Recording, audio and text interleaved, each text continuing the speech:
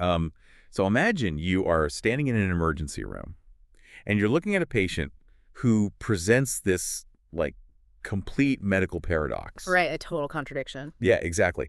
On the monitor, their blood pressure is just spiking to terrifying, potentially lethal levels. But mysteriously, their heart rate is rapidly, aggressively slowing down. Which is not what you expect to see. Not at all. And when you look at the patient, they are literally split in half.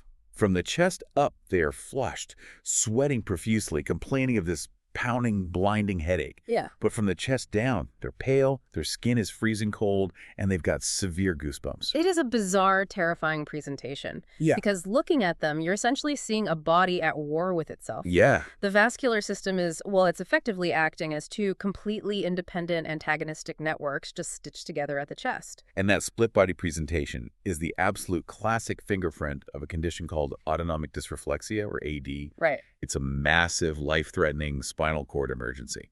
And looking at a stack of clinical case studies, historical journals from the 1940s, and some really wild recent sports medicine white papers, our mission for today's deep dive is to unpack this crisis. It's definitely a crisis you need to catch early. Definitely.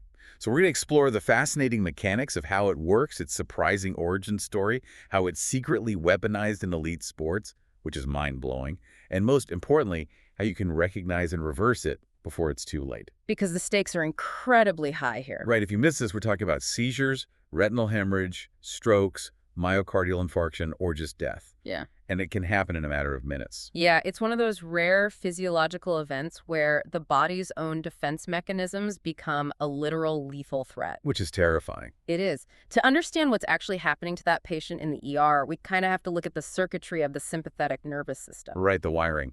Exactly. Under normal conditions, this system's outflow to the vascular bed is organized segmentally along the spinal cord.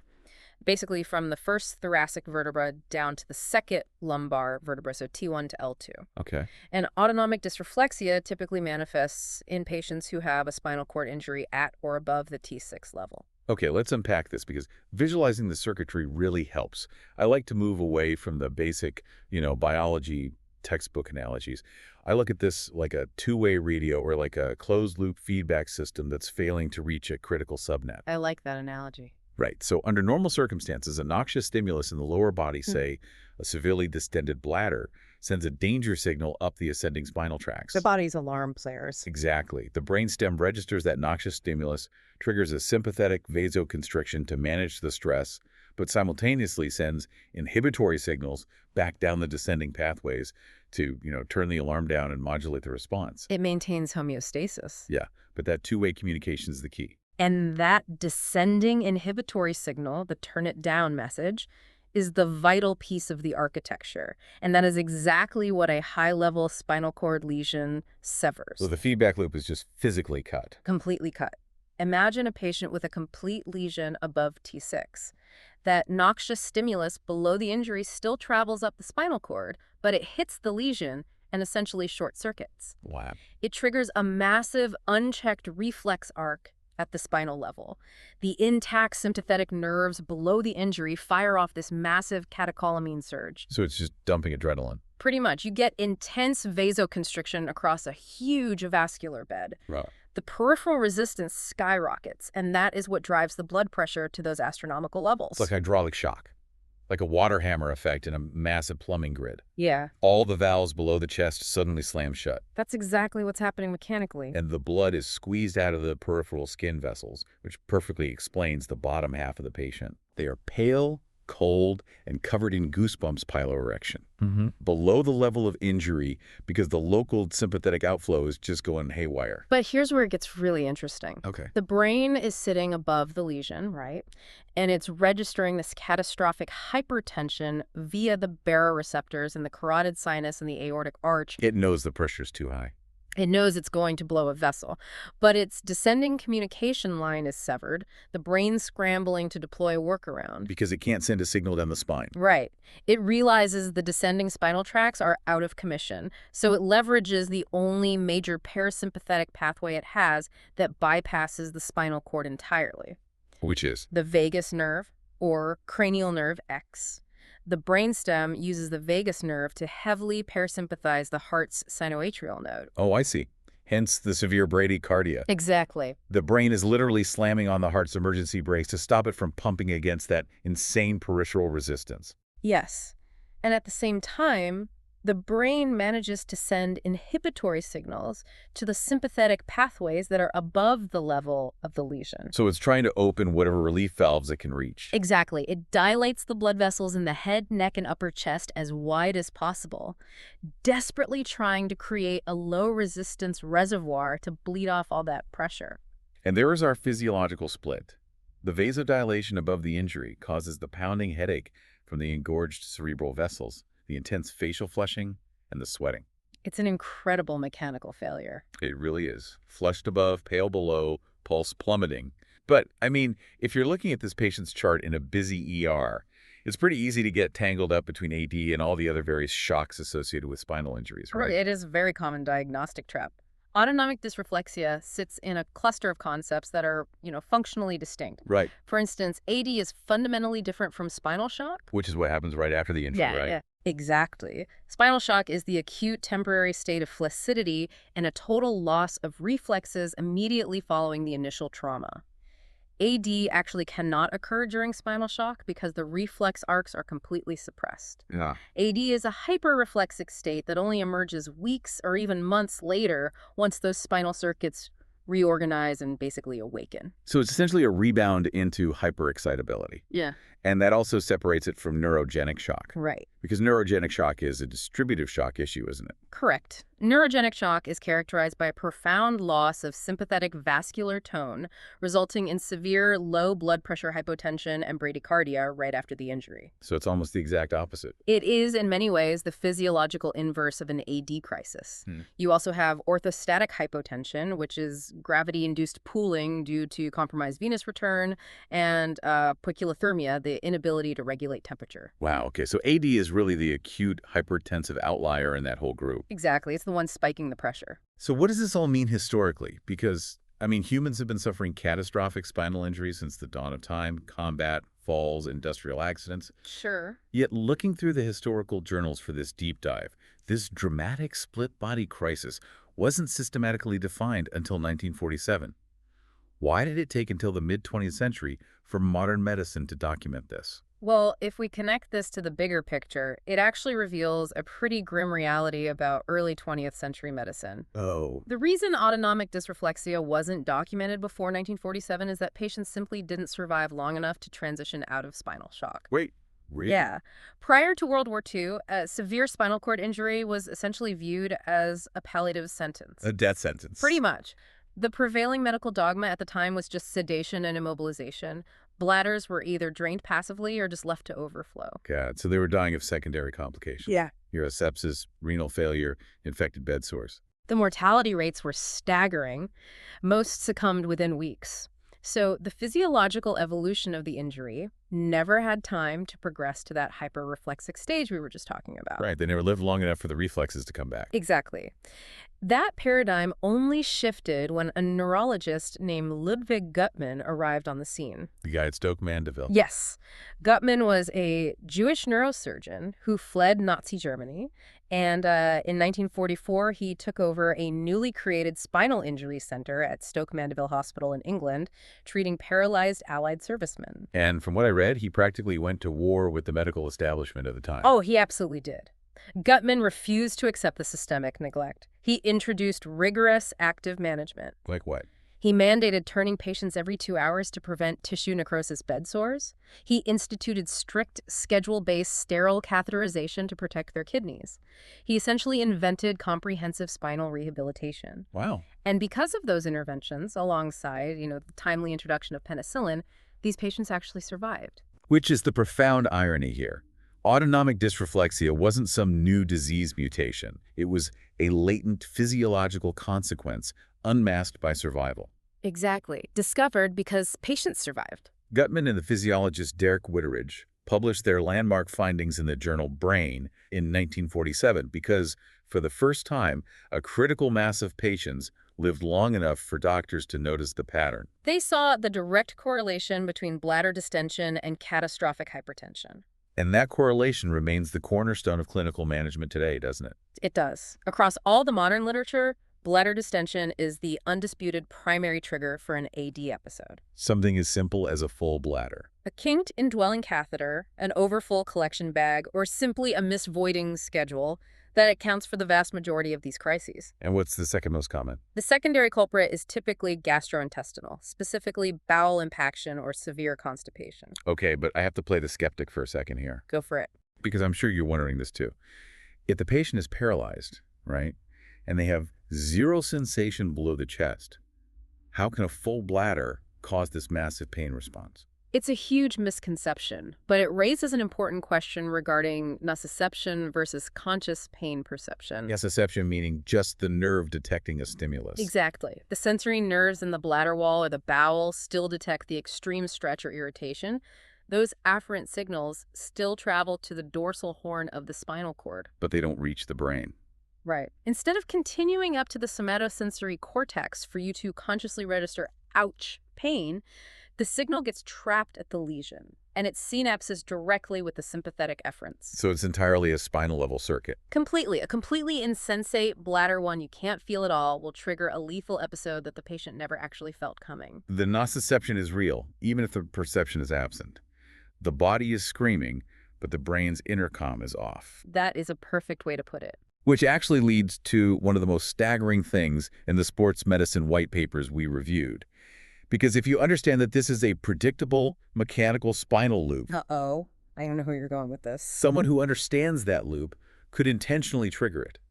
And in the world of elite Paralympic sports, this physiological crisis was actively weaponized. Yes, you're referring to the practice of boosting. Yes, elite wheelchair racers with high-level SCIs figured out that if they deliberately induced a controlled episode of AD right before a race, it acted like a biological supercharger. It is incredibly dangerous. They were intentionally hacking their own autonomic nervous systems. But from a strictly biomechanical standpoint, the logic is sound. Explain that, because it sounds crazy.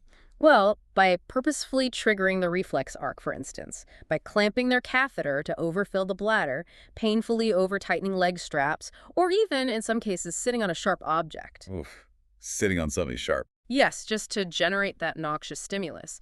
These athletes force their bodies to dump a massive surge of epinephrine and norepinephrine into the bloodstream. Which artificially spikes their stroke volume. Right, and increases cardiac output. Furthermore, that intense peripheral vasoconstriction in the paralyzed lower extremities essentially squeezes pooled blood back into central circulation. Oh, wow. So it forces all that blood up into the working muscles. Exactly. It massively increases venous return, which drives extra oxygen delivery to their working upper body musculature. It is functionally a form of blood doping, achieved through targeted self-harm. It's staggering to think about the risk calculus there. I mean, you are pushing your vascular system to the brink of a hemorrhagic stroke just for a VO2 max advantage. And obviously, sports regulators didn't just let athletes race with a systolic pressure of 250. Right, they cracked down on it. The International Paralympic Committee formally banned the practice of boosting in 1994. But how do you even police that? The policing mechanism is directly tied to the underlying physiology. Before high-exertion wheelchair events, athletes undergo strict, unannounced blood pressure screenings. Oh, smart. If an athlete presents with a resting systolic reading over 180 millimeters of mercury, they face immediate medical evaluation or outright disqualification. Because they know you couldn't get that high normally. Exactly. The officials are screening specifically for that artificially induced sympathetic surge. Which proves how predictable the syndrome is in a controlled environment. Definitely. But that brings up a massive clinical blind spot. If it's this predictable, why is a patient who rolls into a general ER with a blocked catheter in so much danger of being misdiagnosed? I mean, why is AD chronically underrecognized outside of specialized SCI clinics? It comes down to a fundamental bias in how triage vital signs are interpreted. Okay, what do you mean? Well, imagine our patient from the beginning of the episode arrives at a community ER. They have the pounding headache, the sweating above the injury level. The triage nurse takes their blood pressure, and the monitor reads 120 over 80. Which, to anyone trained in general medicine, is the textbook definition of normotension, like totally healthy. Right. To a general ER physician, 120/80 looks perfectly benign. They might diagnose the patient with a severe migraine or maybe anxiety or just essential That hypertension. may just give them a Tylenol or something. Exactly. Offer a basic analgesic and send them to the waiting room. But the critical rule for autonomic dysreflexia is normal for you is not normal for them. Because their baseline is different. Because individuals with high-level spinal cord injuries lack descending supraspinal sympathetic tone, their peripheral vascular beds are chronically relaxed. So their normal baseline resting systolic blood pressure is usually low, often hovering between 90 and 110. Oh, wow. So a reading of 120/80 isn't perfect. If their baseline is 90, that's a 30-point spike. Exactly. A sudden elevation of 20 to 40 millimeters of mercury above their specific baseline constitutes a hypertensive emergency. That's terrifying. That 120/80 is a massive red flag. And while the medical staff is falsely reassured by a normal number on the monitor, the underlying trigger, the blocked catheter or the impacted bowel, is going entirely unaddressed. And the hydraulic shock is just compounding. Getting worse by the minute. Normal is a myth when the anatomy has been fundamentally altered. And speaking of altered anatomy, I want to challenge the T6 threshold we established earlier. Okay, the T6 debate. Yeah, the literature constantly hammers on T6. Is T6 a rigid anatomical iron curtain, or is there a more complex physiological reason why that specific coordinate matters so much? That is actually the subject of ongoing clinical debate among specialists. Oh, really? Yeah, T6 is taught as a hard diagnostic cutoff, mostly for simplicity, but it's more accurately a clinical heuristic. It represents where the splanchnic sympathetic outflow disconnects from the brainstem. The splanchnic vascular bed. This is where it gets into the heavy plumbing of the body. It is. The splanchnic bed is a massive network of capacitance vessels in the abdomen. It's controlled by sympathetic nerves that arise roughly from T5 to T9, and they converge on the celiac and superior mesenteric ganglia. Okay. This single vascular bed can hold up to a third of the body's total blood volume. A third. Wow. So if a spinal lesion is at or above T6, that entire enormous reservoir is disconnected from brainstem modulation. When an AD trigger occurs, that entire vascular bed constricts simultaneously. Oh, man. It displaces a massive volume of blood into central circulation, which is what drives the catastrophic spike in preload and afterload. So it's not just local constriction in the legs. You are literally wringing out the body's largest internal blood sponge all at once. So that's a very visceral way to put it, but yes. But human neuroanatomy isn't perfectly symmetrical, is it? It isn't. The sympathetic chain spans multiple segments and collateral innervation exists. So while T6 is the classic benchmark, the clinical data absolutely shows a gray zone between T6 and T10. Oh, so it can happen lower down. Case reports document patients with lower lesions T8, even T10 experiencing clinically significant, albeit sometimes less severe, dysreflexic episodes. Because a portion of that splanchnic outflow is still caught in the disconnected reflex arc. Precisely. Which is why some specialists argue for diagnosing based on symptoms rather than a rigid spinal coordinate. Which makes sense. Yeah. You treat the presentation, not the textbook coordinate. If they have the headache and the bradycardia, you just assume the crisis. Absolutely. So let's put this into practice. Let's say we are in the ER or a nursing facility, and we recognize it's autonomic dysreflexia.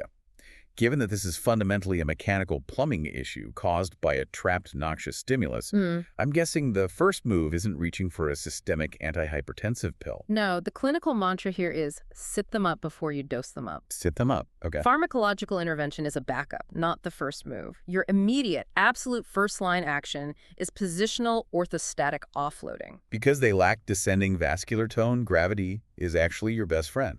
Exactly. You sit the patient bolt upright and lower their legs if possible. By utilizing gravity, you induce venous pooling in the lower extremities, which rapidly decreases venous return and takes the acute pressure off the cerebral vasculature. So it's an immediate mechanical way to lower the blood pressure. Immediate, non-pharmacological afterload reduction. Smart. Once they are upright, you aggressively remove any restrictive clothing, tight belts, or abdominal binders that might be acting as a noxious stimulus. And then you go hunting for the primary trigger. Following the data, T6 and above, check the plumbing first. T6 and above, bladder first. You immediately inspect the urinary catheter for kinks or blockages. You check the collection bag. And if they don't have a catheter? If the patient does not have an indwelling catheter, you must perform in and out catheterization immediately to decompress the bladder. However, There's a catch. there's a critical caveat.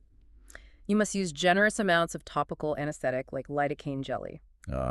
Because the sheer mechanical friction of inserting the catheter adds new noxious stimulus to the dorsal horn. Precisely. Which could exacerbate this reflex arc. You don't want to worsen the AD episode while trying to treat it. And what if the bladder is fine? If the bladder is decompressed and the blood pressure remains volatile, you move to the gastrointestinal system to check for fecal impaction. And again, utilizing copious topical anesthetic before performing a rectal exam is absolutely mandatory for the same reason. So it is mechanical problem solving first. Find the kink in the hose, remove the nociceptive input, and the spinal reflex loop should theoretically break. Right. You only turn to fast-acting pharmacological agents if the trigger cannot be quickly identified or resolved and the blood pressure remains critically elevated. What kind of meds do they use for that? Depending on institutional protocols, fast-acting agents like nifedipine, which is a calcium channel blocker that relaxes vascular smooth muscle, or topical nitrate paste, which provides systemic venal dilation, are commonly used. Just to artificially force the vessels open until the underlying irritant is cleared. Exactly. It buys you time. It's remarkable how mechanistic the human body is when you strip away the conscious perception. And I think what really sticks with me as we wrap this up is the everyday vigilance this requires. It requires a lot. Because, we've framed this deep dive in an emergency room, but for someone living with a high-level thoracic injury, a life-threatening split body crisis doesn't require massive trauma. Not at all. The threshold for nociception can be remarkably low. It can be triggered by things that wouldn't even register for most people. A leg bag strap pulled slightly too tight, severe menstrual cramps, an ingrown toenail, Or even a bad sunburn on their legs. a sunburn. A totally mundane irritant hits that severed feedback loop, and suddenly they are fighting for their life. It means patients and their care teams have to act as physiological detectives constantly. It demands an exhaustive level of situational awareness, day in and day out. Autonomic dysreflexia serves as this profound reminder of the intricate architecture of our nervous system. We are wired with these aggressive, deeply embedded evolutionary fail-safes designed to maintain homeostasis, like the sympathetic alarm bells. But it begs a fascinating question. Yeah, I wanted to ask, what does this all mean for the bigger picture of medical intervention? Well, think about it. When medical advancements like Gutmann's revolutionary rehabilitative protocols or modern trauma surgery alter our fundamental anatomy, allowing us to survive previously fatal neurological injuries, how many other hidden physiological loops are waiting in the dark? Oh, wow.